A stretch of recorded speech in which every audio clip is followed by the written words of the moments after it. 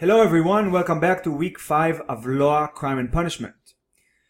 This week's topic is labeling theory / deviance. And I suppose it's both. I'll explain.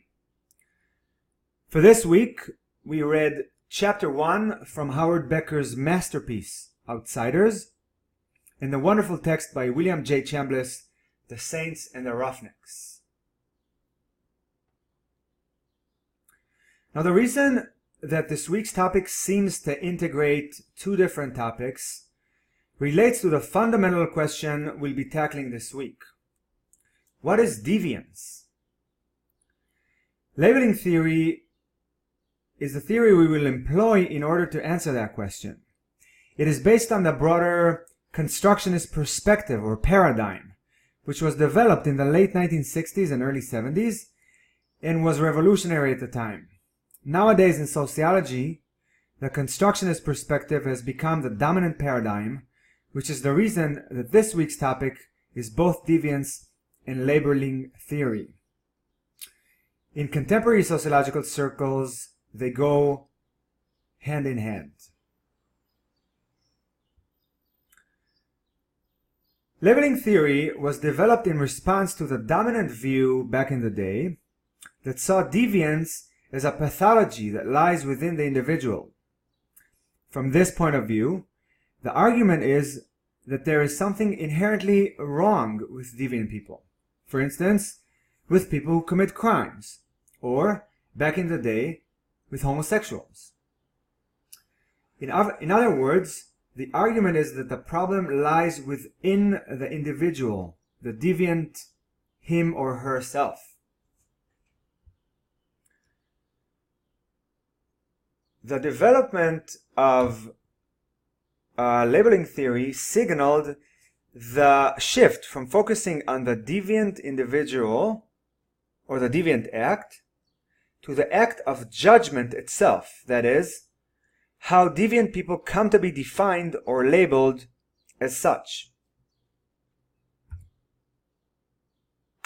As stated by Howard Becker, I will be less concerned with the personal and social characteristics of deviants than with the process by which they come to be thought of as outsiders and their reactions to that judgment.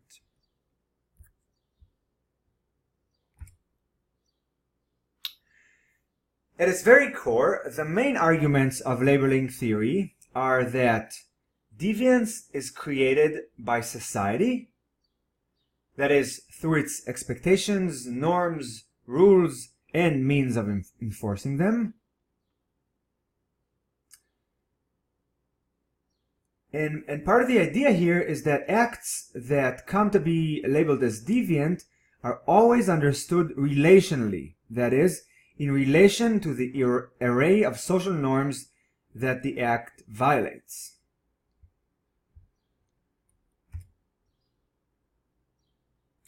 Therefore, what we learn by studying quote-unquote deviant behavior isn't anything about the deviant individuals themselves, but rather about the way broader society in which the act is situated attempts to control behavior to particular ends.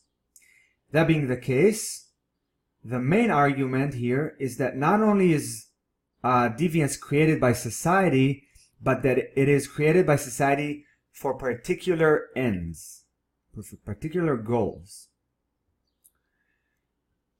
For example, in a capitalist society, which is dependent upon labor, the panhandler is seen as deviant, not simply because asking for money is seen as a violation of norms in general, but also because it violates the fundamental principles of ethical citizenship that are necessary for a capitalist system to function, being diligently and predictably hardworking. Another example is cigarette smoking. Smoking used to be the norm rather than the exception, especially back in the 1950s and 60s. Nowadays, it has come to be seen as an act of deviance. Specifically, here at the University of Minnesota, smoking on campus has been banned since summer 2014. Now, from a labeling perspective, one should ask, to what specific ends is the label deviant applied to smokers on campus, and who gains from the application of that label? Finally, if you think about Russ, Anna's defense lawyer from the podcast we listened to in week 2, his description of the pressures placed on defense lawyers to agree to plea deals follows the same logic. In the court community in Cleveland, the label deviant, in their case an obstructionist, is applied to lawyers who do not follow the norms and expectations of the system. That is, the label deviant or obstructionist is utilized to a particular end, in this case, in order for the court to be able to process large amounts of cases quickly and efficiently.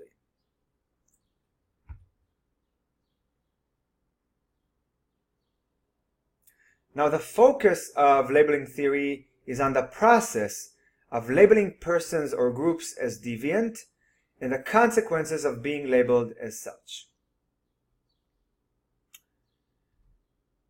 According to Edwin Lemert, labeling is a two-stage process. First, a certain act elicits a negative reaction from its audience, which then leads to a negative definition of the act, which in turn leads to a negative definition of the person who committed the act. You are bad.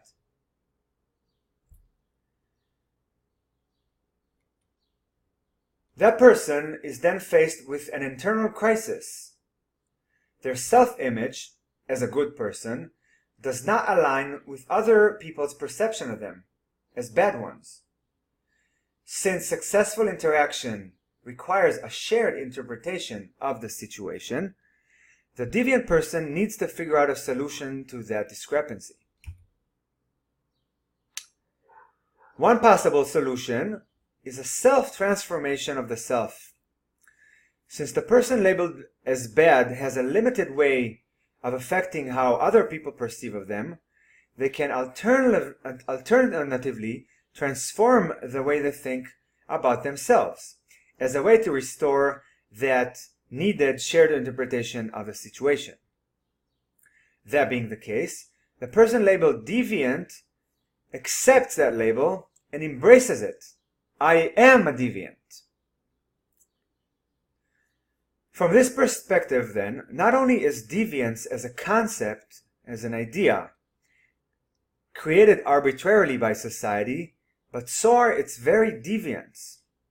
That is, by labeling a certain act as deviant, for instance, smoking weed until very recently, society consequently creates a whole group of deviants who, by accepting and embracing that label, perpetuates and intensifies the very act deemed forbidden.